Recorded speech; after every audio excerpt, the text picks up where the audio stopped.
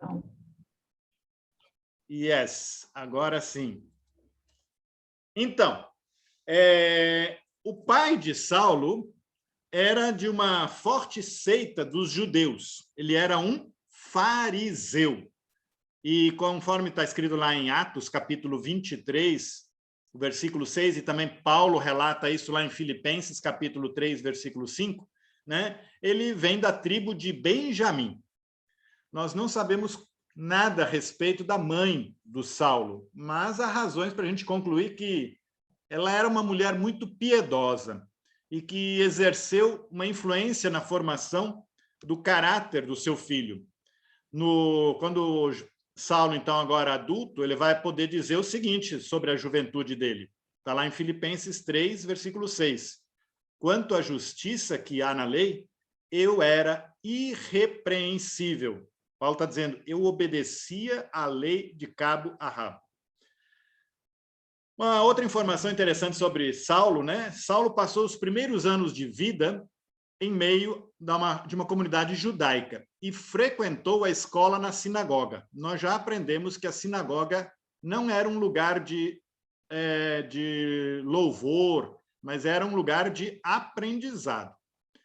O costume judeu era ensinar às criancinhas algum trabalho útil para, no futuro, poder se tornar, então, um profissional nessa área. E o Saulo se tornou um tecelão. Ele fazia tecidos e vendia tecidos, e também fazia tendas. Ainda adolescente, o Saulo foi enviado a Jerusalém, onde deveria familiarizar-se mais profundamente tanto com a religião quanto com a cultura hebraica. Em Jerusalém, Saulo estudou no Templo de Salomão. Não é esse aqui de São Paulo, não, lá em Jerusalém, viu, gente? Que foi reedificado e embelezado por um Herodes chamado Agripa, que era o governador da Palestina. Durante 5 anos, Saulo foi educado como o discípulo de Gamaliel, um rabino influente e de muito renome. Além da Torá são os 5 primeiros livros da lei, os 5 primeiros livros que nós temos na nossa Bíblia. Além da Torá, Saulo também aprendeu com Gamaliel a lei oral, que a gente chama de Mishnah. É um conjunto de tradições que regulava todas as atividades da vida cotidiana. E quando eu digo todas, é todas mesmo. Nada ficava de fora. Até mesmo o que uma mulher poderia fazer na cozinha, por exemplo, num sábado, o que poderia ser feito em relação às mais diversas coisas. A Mishnah sempre tinha alguma regrinha, algum mandamento para orientar, então, a vida dos judeus. E Saulo se tornou, então, um fariseu, que nem o pai dele, um fariseu extremo. Estão buzinando aqui fora. E se preparava para ser um escriba, um rabino. A diferença entre fariseu e escriba é que o escriba, ele normalmente é um sacerdote, que vai estudar profundamente as leis. Um fariseu não é um sacerdote, mas é um judeu normal, comum, um homem judeu, mas de uma tradição religiosa extremista. No fim dos estudos, o Saulo acaba retornando para a sua cidade natal, Tarso. Ele vai alternar os trabalhos na sinagoga com a fabricação de tendas junto com o pai dele. E nessa época ocorreram os grandes eventos do cristianismo lá em Israel. É bom lembrar que a cidade onde o Saulo nasceu é fora de Israel, é bem mais para o norte. E desde o ano 26, mais ou menos, Jesus estava lá em Israel anunciando o evangelho. E a gente não sabe 100% em que ano que aconteceu a morte e a ressurreição de Jesus, mas a maioria dos teólogos coloca isso lá para o ano entre 28 e 30. Então, no ano 29, Saulo vai chegar em Jerusalém. Então, ele sai da terra natal dele, vai para Israel, vai lá para a capital, Jerusalém. E os discípulos de Jesus já eram mais ou menos uns 5.000 lá em Jerusalém. A maior parte dos judeus, inclusive Saulo, não acreditava ainda que Jesus fosse o Messias. Os judeus esperavam o Messias, mas poucos reconheceram no primeiro momento que Jesus foi o Messias. E assim, Saulo se tornou perseguidor das primeiras comunidades cristãs e participou do apedrejamento de Estevão, como nós vimos lá no capítulo 7, vocês se lembram? Ele estava lá perto, segurou a roupa, as capas do Estevão, ele não apedrejou diretamente, mas ele assistiu tudo e diz o texto que ele consentiu com a morte de Estevão. Nessa época, o Saulo tinha se tornado um fariseu doente, extremista e fanático. Só para lembrar vocês, a palavra fariseu significa separados, ou então a verdadeira comunidade de Israel. Todas as outras comunidades não servem. Outra tradução para a palavra fariseu é santos. Se a gente olhar nos dicionários nossos, né, o que significa atualmente a palavra fariseu é muito interessante. A primeira definição, obviamente, é a definição correta, né? É um membro de uma seita de judeus que ostentava grande santidade exterior em sua vida. Mas uma outra definição, nos nossos dicionários, de forma depreciativa, é quando a gente quer chamar alguém de hipócrita ou de fingido. A gente diz para ele, deixa de ser fariseu, rapaz. Vocês já ouviram essa expressão, né? Quando alguém faz de conta que é uma coisa, na verdade é outra, a gente diz, deixa de fazer de conta que você é um fariseu, né? E eu não sabia, mas aprendi, que existe também, no mundo popular, a expressão que um fariseu é um enxergão de palha. O que eles querem dizer com isso? Está certíssimo. Palha não serve para nada. Mas os fariseus encontravam problema em tudo, até nas coisas que não valia a pena encontrar problema, lá estavam eles encontrando problema, obviamente, na vida das outras pessoas, né?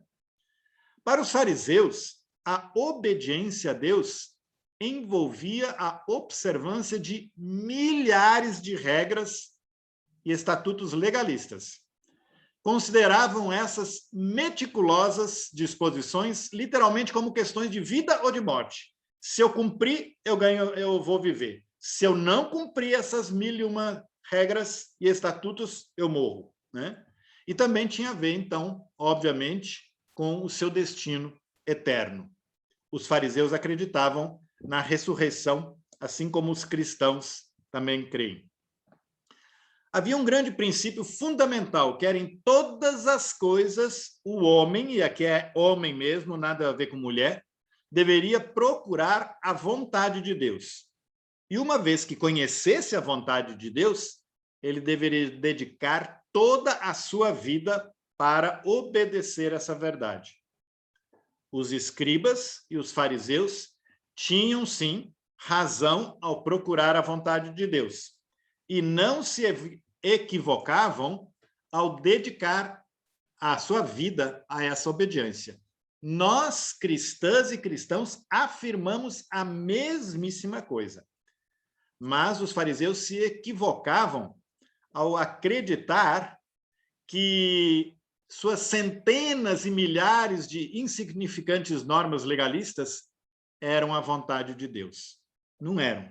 Na verdade, na cabeça deles e, consequentemente, na cabeça de Saulo, a única meta e desejo era satisfazer as exigências da lei. Mas é bom lembrar que 90% dessas leis foram criadas pelos escribas e fariseus.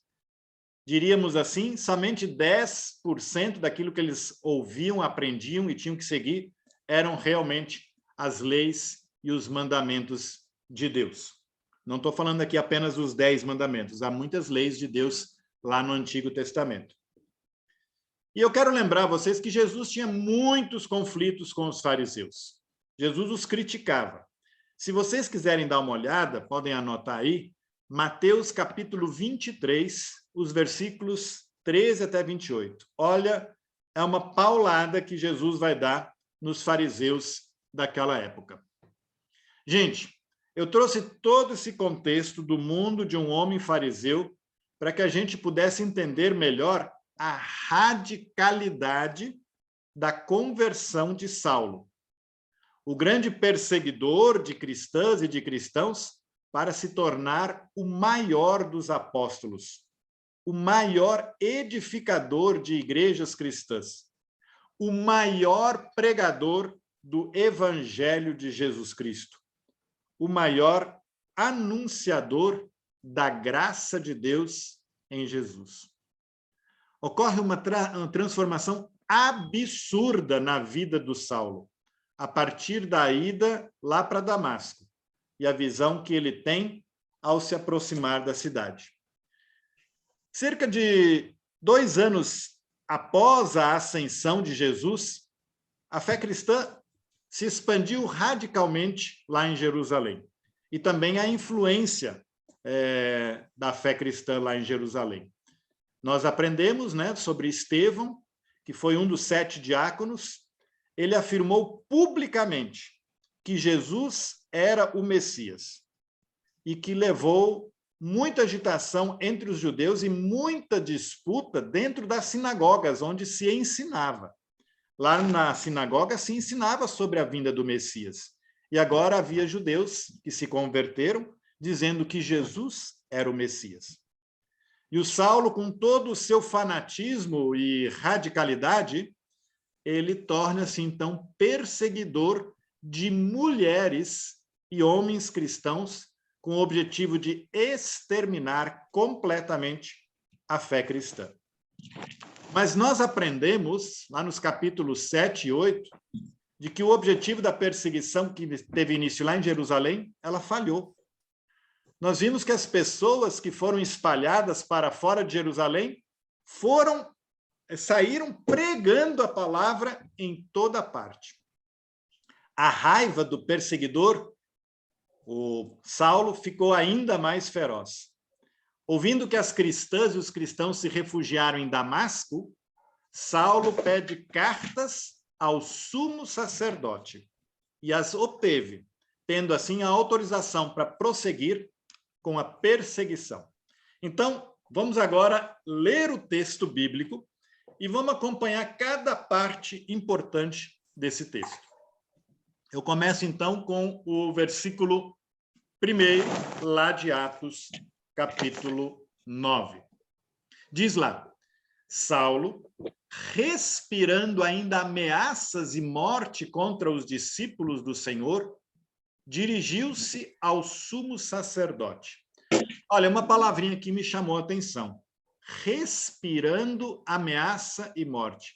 Que palavra forte. Vocês já notaram alguém quando está pé da vida, quando está com uma raiva, aquele rosto, ele começa a respirar mais fortemente? É essa a expressão que a Bíblia quer trazer para nós quando vai falar da raiva que Saulo sentia das cristãs e dos cristãos que estavam lá em Damasco. E aí diz o seguinte, o versículo seguinte: e ao sumo sacerdote pediu cartas para as sinagogas de Damasco. Olha só que interessante, Damasco. A fé cristã chegou nessa cidade sem que nenhum dos discípulos ou apóstolos tenha ido para lá, para pregar o evangelho. O evangelho foi levado pelas cristãs e cristãos que saíram fugidos lá de Jerusalém. Então, ele foi pedir cartas para as sinagogas de Damasco, a fim de que, caso achasse alguns que eram do caminho, assim homens como mulheres, os levasse presos para Jerusalém. Olha, a expressão aqui, que talvez vocês não saibam direito o que pode ser, os que eram do caminho. Essa era a terminologia que as primeiras cristãs e os primeiros cristãos receberam. Ainda não eram chamados naquela época de cristãos, de cristãs. E outra coisa que chama atenção aqui, que a gente tem que realçar, é que ele vai procurar homens como mulheres. Eu disse na semana passada que mulheres não tinham importância nenhuma na religião judaica, como também não tinham em outras religiões da época. Mas na fé cristã, elas se tornaram personagens tão importantes quanto os homens. Elas, as mulheres, estão ativamente presentes na construção e na vida das primeiras igrejas cristãs. É muito interessante que a Bíblia faz questão de falar que Paulo quer prender homens como mulheres, porque as mulheres têm uma participação ativa no nascimento da igreja cristã. E aí diz o seguinte, né, agora que vem a questão do cavalo que não existe, seguindo ele estrada fora, ao aproximar-se de Damasco, subitamente uma luz do céu brilhou ao seu redor e, caindo por terra, ouviu uma voz que lhe dizia: Saulo, Saulo, por que você me persegue? E Saulo perguntou: Quem és tu, Senhor? E a resposta foi: Eu sou Jesus, a quem você persegue. Mas levante-se e entra na cidade, onde te dirão o que convém fazer. E aí diz o versículo 7, os seus companheiros de viagem pararam emudecidos, ouvindo a voz, não vendo, contudo, ninguém. Olha, gente, eu preciso comentar esses companheiros que estavam junto com Saulo. Eles eram soldados do templo. Paulo precisava deles, pois, na verdade, Saulo, né? Ainda é Saulo. Saulo precisava deles, pois Saulo jamais poderia encostar nos homens cristãos e muito menos nas mulheres cristãs. Pela forma farisaica de pensar, essas pessoas eram impuras. E qualquer homem judeu que toca em alguém impuro também se tornava impuro. Paulo não ia botar a mão em ninguém, mas para isso ele tinha os seus companheiros, que eram os soldados do templo. Diz o versículo 8, então: Então se levantou Saulo da terra e, abrindo os olhos, nada podia ver. E, guiando-o pela mão, levaram-no para Damasco. Gente, olha só que interessante. O primeiro contato de Saulo com Jesus já o torna fraco e dependente de outras pessoas. Foi necessário levá-lo pela mão lá para Damasco. E o versículo 9 vai dizer: esteve 3 dias sem ver, durante os quais nada comeu, nem bebeu. Aqui é importante dizer que muitos estudiosos afirmam que Saulo fez um jejum para meditar e entender o que está acontecendo em sua vida. O jejum era uma prática corriqueira na vida de um fariseu. Pelo menos 3 vezes por semana ele jejuava. Também Jesus, antes de iniciar o seu ministério, vocês se lembram? Fez jejum de 40 dias lá no deserto. Aí o versículo 10 vai dizer o seguinte: ora, havia em Damasco um discípulo chamado Ananias. Vamos, antes de ler adiante o versículo, lembrar que toda vez que aqui no texto vai dizer um discípulo, na verdade está querendo falar um cristão, né? Discípulo era o título dado a toda pessoa que se convertia à fé cristã.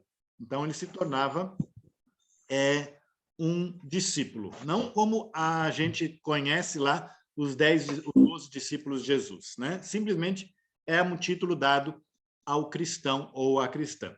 E a palavra, o nome Ananias, significa graciosamente dado pelo Senhor. Daqui a pouco nós vamos entender o significado, né, de Ananias na vida de Paulo.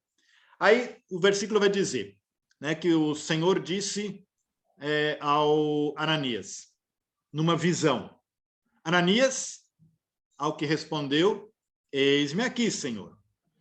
Olha só que interessante, nós vamos ver isso daqui a pouquinho, no próximo versículo, daqui a pouco.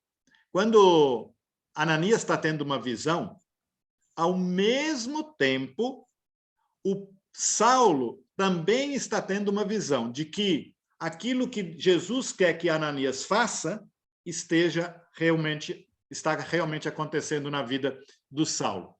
Aí diz o versículo 11, então o Senhor lhe ordenou, dispõe-te e vai à rua que se chama Direita, e lá na casa de Judas, procura por Saulo, apelidado de Tarso, pois ele está orando, e viu entrar um homem chamado Ananias, e impor-lhe as mãos para que recuperasse a vista. Olha só, né? Saulo está orando e está tendo a visão, a mesma coisa que Ananias está tendo como visão para fazer. Ananias, porém, respondeu, Senhor, de muitos tenho ouvido a respeito desse homem. Quantos males tem feito aos teus santos lá em Jerusalém? E para aqui trouxe autorização dos principais sacerdotes para prender a todos os que invocam o teu nome. Olha, veja a reação absolutamente humana de Ananias. Ele confronta, num primeiro momento, a palavra de Jesus que ele está recebendo numa visão. Ele enxerga em sua missão o perigo, expõe seu medo a Jesus. Também nós temos muitas vezes esses sentimentos, gente. Também nós, num primeiro momento, podemos expor perante Deus o que pensamos e também os nossos medos em relação a uma situação. Mas o texto continua dizendo, mas o Senhor lhe disse, vai, porque este é para mim um instrumento escolhido para levar o meu nome perante os gentios e os reis, bem como perante os filhos de Israel. Olha que interessante, diferente de Pedro, né, que nós conhecemos muito bem, discípulo e já apóstolo, a missão primeira de Paulo não é levar o evangelho de Jesus às pessoas do povo judeu, mas às pessoas que não tinham Deus Pai Criador como seu Deus. Isso é, para as pessoas que criam em outros deuses. Essa vai ser a missão número 1 de Saulo. Lá no versículo 16, continua dizendo, pois eu lhe mostrarei quanto lhe importa sofrer pelo meu nome. Até agora, Saulo foi responsável pelo sofrimento que as cristãs e os cristãos tiveram que suportar por testemunharem que Jesus era o seu Senhor e Salvador. Agora, Paulo vai experimentar isso literalmente na sua carne. Então, Ananias foi e, entrando na casa, impôs sobre ele as mãos, dizendo, Saulo, irmão, o Senhor me enviou a saber o próprio Jesus que te apareceu no caminho por onde vinhas, para que recuperes a vista e fiques cheio do Espírito Santo. Olha só, lá ele começa, Ananias começa dizendo, Saulo, irmão. Irmão é um título dado apenas para as pessoas que tinham Jesus como seu Senhor e Salvador. Ananias já considera Saulo como um convertido à fé cristã. E quando Ananias impõe as mãos sobre a vida de Saulo, significa tanto a cura física como a cura espiritual. Cura da cegueira dos olhos como do espírito. E o texto continua dizendo, imediatamente lhe caíram dos olhos como que umas escamas e tornou a ver. A seguir, levantou-se e foi batizado. Gente, o batismo de adultos sempre significou na igreja cristã uma resposta humana à ação de Deus, que primeiro vem com a sua graça, com a sua misericórdia, com a sua bondade, com a sua paternidade, enfim, com o seu amor. É impossível nós ficarmos quietos e ilesos a essa ação de Deus. E aí nós respondemos com gratidão, com um sim ao convite, né? Com o nosso testemunho. E o versículo 19, então, vai dizer, e depois de ter se alimentado, sentiu-se fortalecido. Então permaneceu em Damasco alguns dias com os discípulos. Repito, esses discípulos aqui não tem nada a ver com aqueles 12 de Jesus. São com outros cristãos e outras cristãs que Saulo ficou lá em Damasco. E logo pregava nas sinagogas a Jesus, afirmando que este é o Filho de Deus. Gente, eu acho isso lindo. Saulo se torna cristão e logo assume uma das características das pessoas que têm Jesus como seu Senhor e Salvador: a pregação do Evangelho. Paulo dá início, de forma bem pequena, ao seu grande ministério. Esse foi o primeiro passo para se tornar o maior anunciador da graça de Deus, revelada em Jesus Cristo. E o texto continua dizendo: ora, todos os que o ouviam estavam atônicos e diziam: não é esse que exterminava em Jerusalém os que invocavam o nome de Jesus e para que veio precisamente com o fim de os levar amarrados aos principais sacerdotes?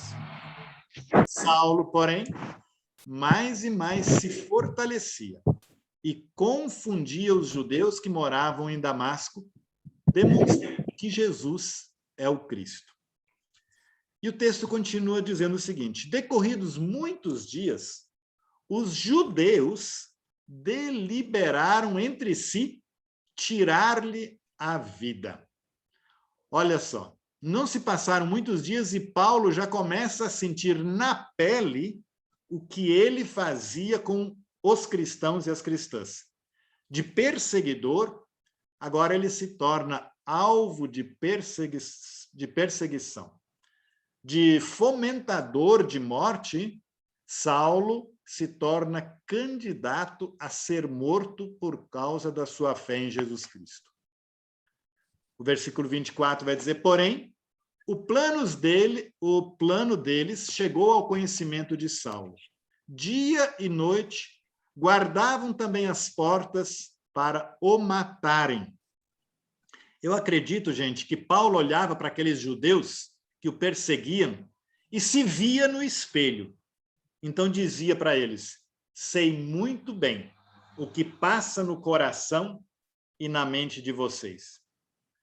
Mas os discípulos tomaram-no de noite e, colocando-o num cesto, desceram-no pela muralha, diz o versículo 25.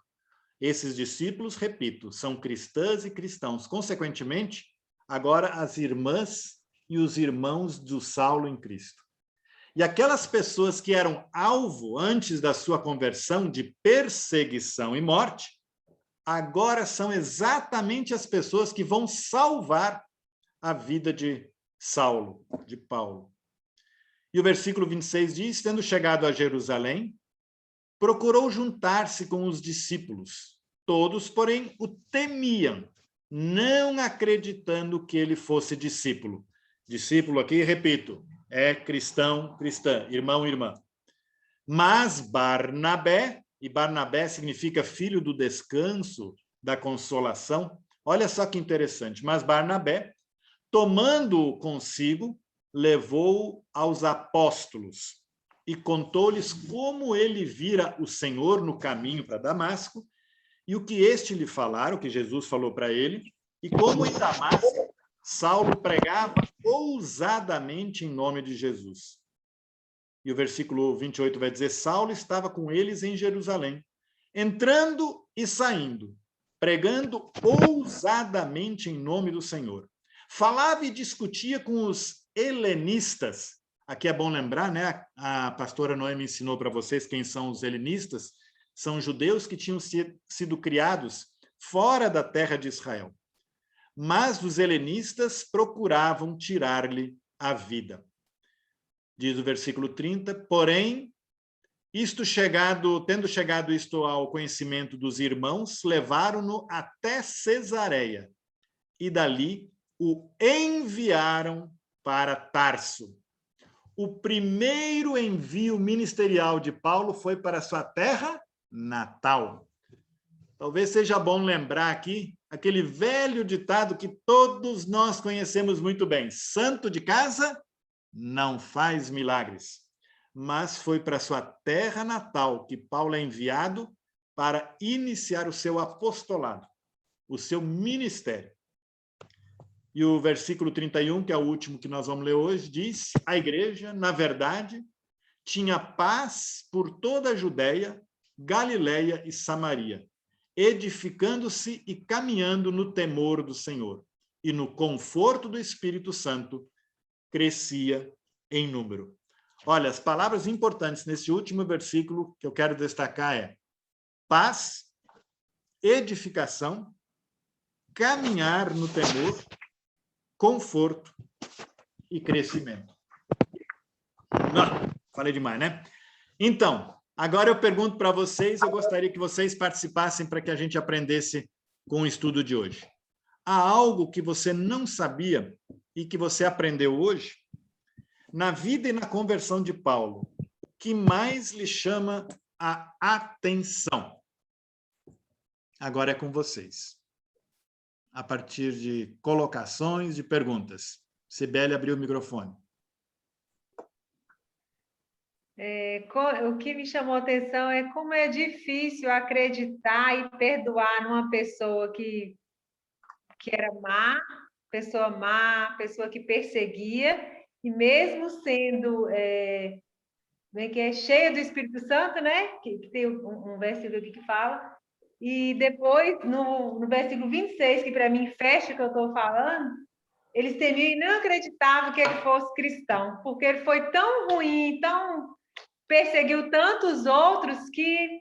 Então, assim, a gente tem que procurar sempre andar bem, porque se a gente deslizar, é difícil a gente conseguir recuperar a credibilidade. Como é difícil recuperar a credibilidade quando a gente faz a coisa errada.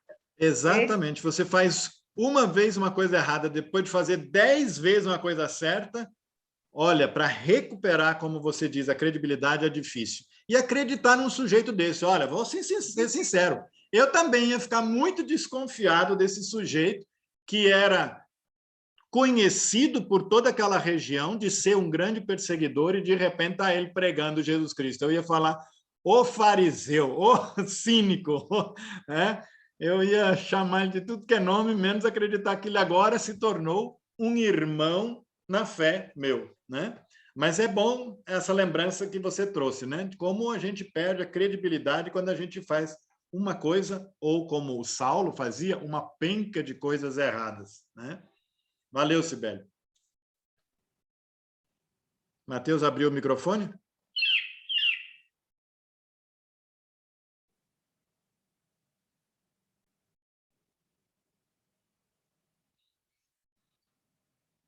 Ninguém mais quer falar nada?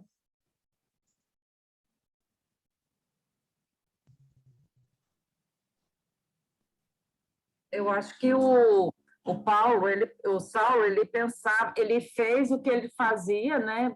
Pensando que ele estava realmente cumprindo a lei e a vontade de Deus, né? Então, quer dizer, ele errou, mas ele errou no sentido de pensar que ele estava fazendo certo. Nossa, sem querer. Alô? Matheus, seu microfone está aberto. E mesmo depois, quando ele agora se converte, eu acho que agora é a questão da tarefa de tentar passar para as outras pessoas que ele estava errado antes, né? Que ele estava equivocado. Então, eu acho que aí é a questão de como convencer, né? As pessoas. A primeira pessoa que teve dificuldade, mas que também aceitou o desafio, foi o próprio Ananias. Mas ele acreditou na palavra de Deus, né? Acreditou naquilo que Deus havia falado para ele e cumpriu, né? Mesmo assim, com um pouco de receio no início, mas ele cumpriu aquilo que Deus havia pedido para ele. Então, às vezes, também, acho que pode ocorrer também com a gente. Às vezes, a gente pode fazer algo errado, né, pensando que está fazendo certo. E, às vezes, a gente também pode se equivocar. Eu acho que os anos vão passando na nossa vida, a gente vai aprendendo muita coisa também, a gente vai mudando no decorrer da nossa vida. E eu acho que quando a gente já está numa maturidade, a gente sempre quer passar para os filhos, né, os valores e as coisas para acertar sempre, né, porque a gente não quer que eles passem pelos mesmos perrengues que nós passamos, né? Então, quer dizer que às vezes a gente também erra, a gente se equivoca muitas vezes, mas reconhecer e também e dizer, olha, eu estava errado e agora sim eu estou certo, eu acho que agora o trabalho de Saulo depois para o Paulo, né? Que é saber que ele foi modificado, mudado pelo encontro com Jesus.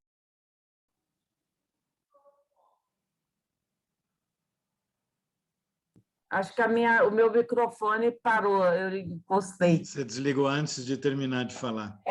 Do encontro com Jesus surgiu uma nova pessoa, né? um novo homem.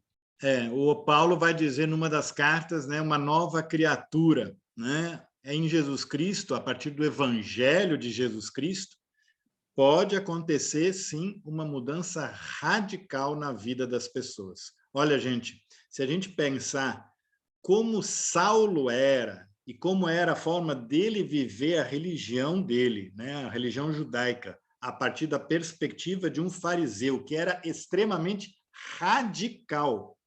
Agora, Saulo, o apóstolo Paulo, ele vai ter na sua vida tudo virado, que nem uma pipoquete com aqueles pipoca estourando na cabeça dele, né? Para depois se sentar de novo e agora, então, ele entender, por exemplo, a graça de Deus, coisa que não faz parte da tradição judaica.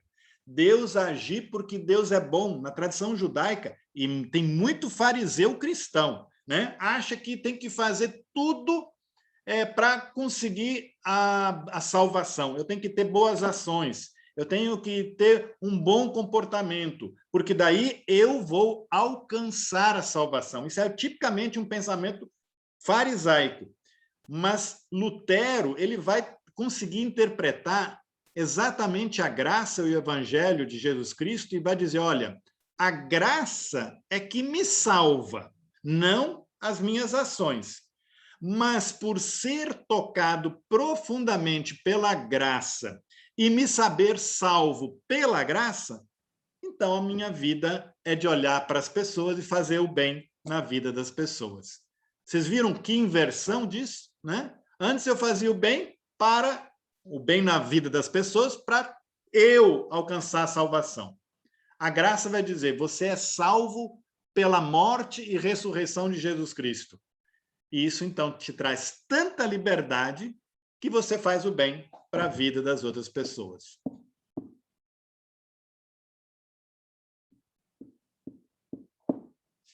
Mais alguém?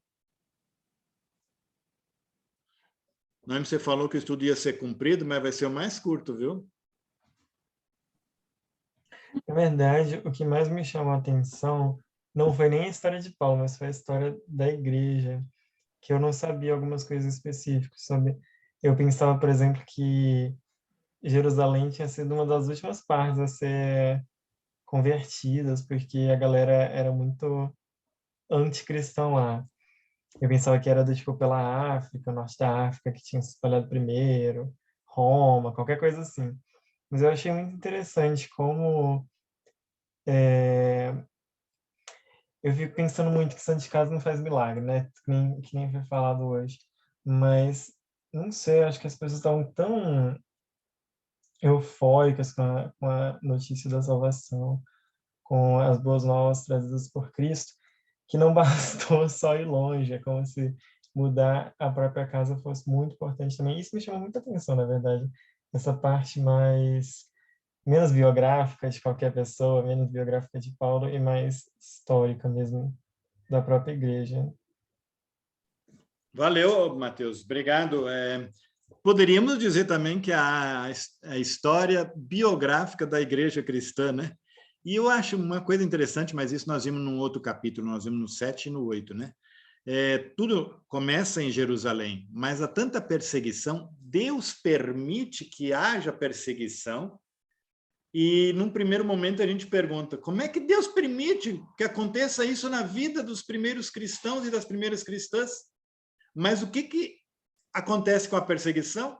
Eles saem de Jerusalém e começam a levar o evangelho para tudo que é canto.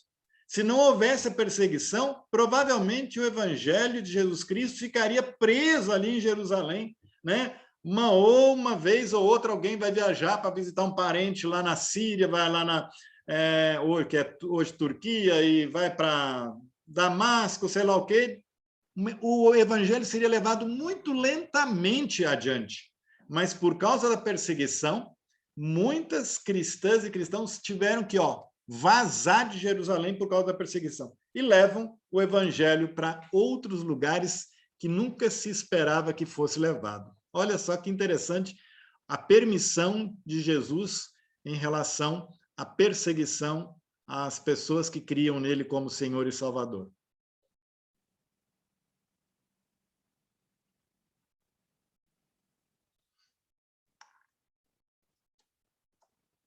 Então, na vida e na conversão de Paulo, ou até na história da igreja, né? O que lhe chama a atenção? Tem alguma coisa que você não sabia que aprendeu hoje?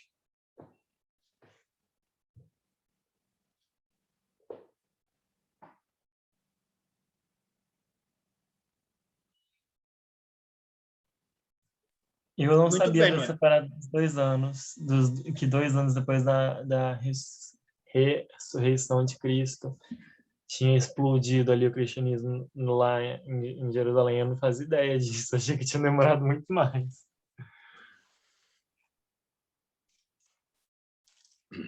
Muito bem. Eu não fiz o capítulo inteiro, porque no versículo 32 vai começar a falar de novo de Pedro, né? E aí a história é completamente diferente. Então eu falei com Noemi, olha, Noemi, dessa vez vou fazer uma parte do capítulo, né? Então até o versículo 31, e você toca o bonde adiante a partir do versículo 32, né? Então Noemi vai trabalhar provavelmente o versículo 32 em diante. O 10 é bem comprido, né, Noemi? Bem, Noemi vai mandar dicas para vocês. Qual é o para casa para a semana que vem? Só um comentário. Sim, Rony, por favor. Quando eu falei que Paulo caiu, você já tinha feito essas perguntas há muitos anos atrás, quando tinha estudo bíblico dentro da igreja. Como eu vi que estava todo mundo quieto, eu resolvi falar. Mas eu já tinha aprendido. Rony e o esposo dela eram os fiéis frequentadores de todos os estudos bíblicos que acontecia na terça-feira aqui, né, Rony? Sim. E hoje, para ser diferente do que a gente já falou sobre esse texto, aqueles anos atrás, o comentário da colega aqui, que é Cibele, foi bem interessante, porque não tinha saído na primeira vez que a gente falou sobre, né, o confiar em quem já te feriu, já te perseguiu, é bem complicado, é muito complicado. E quando a gente fez o estudo da primeira vez, não veio isso à tona. Pelo menos assim, na minha lembrança, não veio. E isso também foi legal. Para mim, foi novo. Era isso. Obrigado, Rony. Nada. Na semana que vem, nós não vamos ter o estudo bíblico. Klaus e eu, a gente uma semana de férias, porque a gente não tirou aqui as férias nesse mês de julho. Então, aí na semana que vem, nós não teremos o estudo bíblico. Depois nós retomaremos, tá? Hoje eu vi que está faltando bastante pessoas, né? Não sei se por ser julho, algumas pessoas já estão de férias, professores, não sei se viajaram, algumas pessoas, mas caso tenha alguma dificuldade, algum problema, vocês vão me comunicando. Mas, caso contrário, nós vamos retornar passando na semana que vem na outra, tá bom? E aí a gente retoma com o livro de Atos dos Apóstolos. Aí seria o restante do capítulo 9 e o capítulo, talvez o início do capítulo 10. Se vocês tiverem também, gente, sugestão de outros temas e assuntos, né? Caso vocês achem que está ficando muito longo, a gente dá uma pausa no livro de Atos e estude outro livro, né? Vocês podem também dar sugestão. Eu comecei o livro de Atos e eu achei que também estava surgindo algumas dúvidas a respeito da questão do Espírito Santo e outras coisas mais. E eu, assim, vejo que o livro de Atos dos Apóstolos, ele tem muito a contribuir, muito a nos ensinar, né?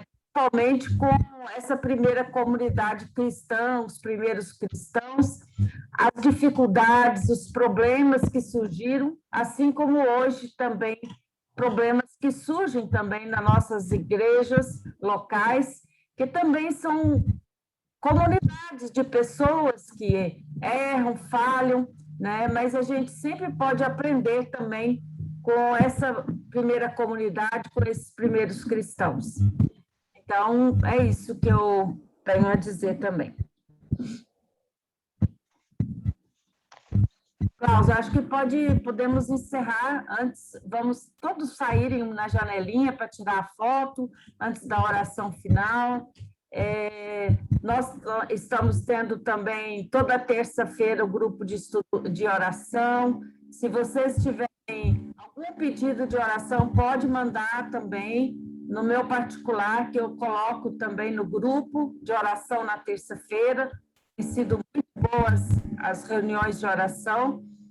E é isso aí. Vamos lá, então? Thalita, Valéria, Matheus, será que mais alguém precisa sair na janelinha? Valéria, Matheus. Matheus é meu filho, viu, Gersina? Você não conhece? Esse nunca foi lá, já tem 20 anos. Vamos lá.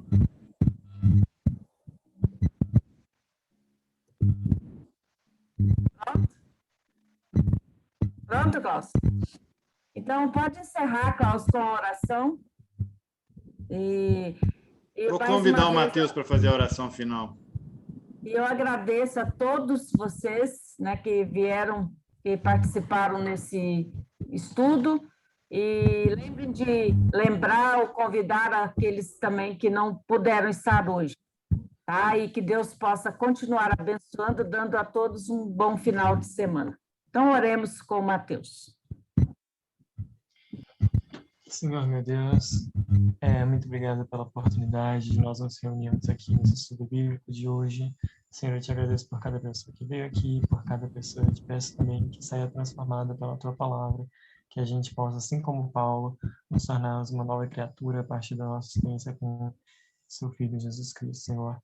Eu te peço que essa palavra que a gente ouviu hoje, a gente consiga colocar em prática, anunciando a tua palavra e vivendo de forma verdadeiramente cristã. É isso que eu te peço, Senhor. Eu também te peço para todas as pessoas, especialmente nesse momento delicado, em questão de saúde, do coronavírus, eu te peço por todas as pessoas doentes, por todas as pessoas internadas, Senhor. Em nome de Jesus. Amém. Amém. Boa noite, gente. Uma boa noite para Valeu. todos, bom final de semana, abraço para todos vocês. Boa noite, pessoal. Bom final de semana a todos. Boa noite, Valéria. Boa noite.